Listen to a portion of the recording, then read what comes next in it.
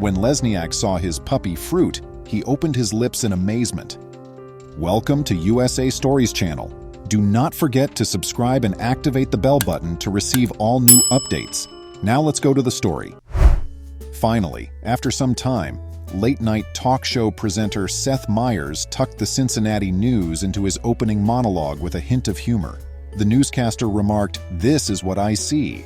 A dog was recently brought in by the Cincinnati Zoo to look after 3 tiger cubs that their mother had neglected. "I don't see a dog," said one of the visitors. "How is that joke going? It's not at all false." In the zoo, likely an Australian shepherd 6 years old was responsible for the 3 Malayan tiger cubs. His guardians came to the conclusion that 3-year-old Santa, their mother, was not a suitable caregiver during those crucial first few weeks of existence. Just in case you were concerned, he won't end up as a snack. Bomb-proof is Ray's, the black and white nursery guardian who watches after Likely's repeat charges. It is not the first time he has raised an odd litter.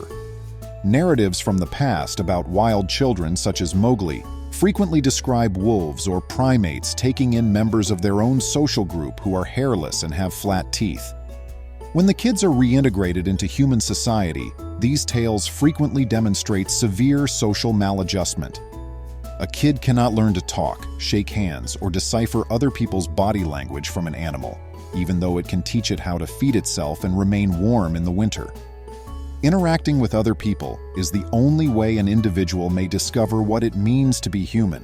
Stresser stated that it works both ways. She and her other keepers see to it that sick or abandoned newborns at zoos are kept warm, nourished, and physically well. But it is considerably harder for a human to teach an animal how to behave with other animals. When a juvenile animal is introduced to other members of its species without the correct socialization, the encounter may turn stressful, emotionally distressing, or even aggressive. Stresser discovered this long ago. "I believe the first cat we raised killed another when he was introduced to it because he didn't know how rough was too rough," the woman stated. "The cat was raised alone. He was clueless on what to do. I can't live with it thinking that we can do better than this," I told myself. Then she saw Likely, who was still a puppy at 7 months old when she went to see him. Stresser knew that the ideal pet for the nursery's resident nanny would be one that had the composure to put up with the nibbles and noises of being around exotic baby animals, the obedience to serve as a go-between for keepers, and the temperament to take on a parental role without turning into a narcissist. After some time, Stresser recalled their first encounter. "He came up to me, wagging his tail, and then I began to comb him, brush him, and talk to him.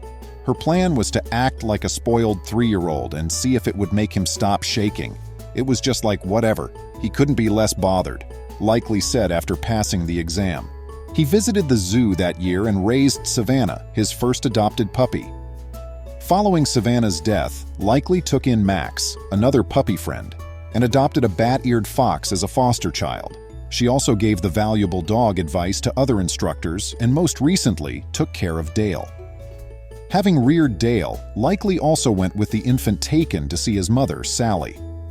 According to Stresser, Dale found it simpler to approach his unfamiliar surroundings and interact with a foreign animal when there was a familiar, fuzzy presence around. Mother and child are now contentedly on exhibit together. Stresser stated, "We didn't have this long, drawn-out, will they injure one another? Presentation narrative or even a truly dramatic one in only 1 year. Are they amicable with each other?" Skunk was the only kid in the group that had issues. Michelle Kuchel, the caregiver, recalls that Skunk was a jerk dude. Likely has incurred significant costs for the babies. Like Dale and his new charges, the triplets of Malayan tigers, Batari, Chira, and Izzy, Blakely has several roles. He is a playmate to goof about with, a warm body to cuddle up against, and a fuzzy jungle gym. But his role as a practical etiquette coach is the most significant one. He imparts knowledge to the cubs that a human zookeeper cannot. "You can refuse, but a tiger won't comprehend that," Kuchel remarked. They are aware of his hearing loss. "I don't speak cat, they don't speak English," Stresser said. "He speaks animal and understands English. He's my interpreter. He knows the appropriate animal signs." According to Stresser, if the cubs were reared by keepers only, they would be 3 little brats who don't know anything.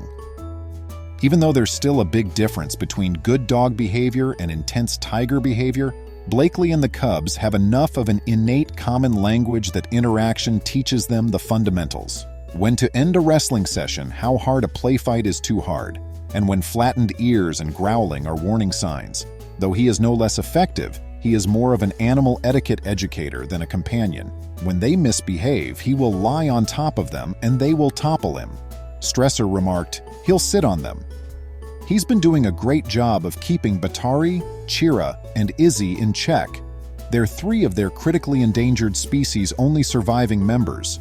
When they are old enough to have their own cubs, the zoo intends to place them in breeding pairs, so even manners are especially important. They are being protected from what could otherwise be a really awkward first date by Blakely's social schooling. According to Stressor, they should be able to properly meet potential mates and form bonds with their own offspring with his assistance, helping to ensure the survival of the Malayan tigers as a species in the future.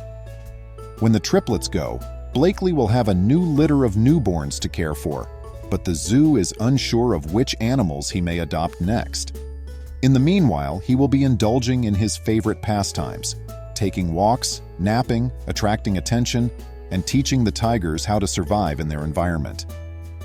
He is spoiled, but he works hard enough to deserve it, Stressor remarked. "I appreciate you seeing. Would you kindly like and post the video on social media? We'll return to you as soon as we can." Please remember to subscribe to our channel, give us a thumbs up, and turn on the notification bell so you won't miss any of our videos. If you enjoyed the tale, the next video that plays on your screen will probably move you too.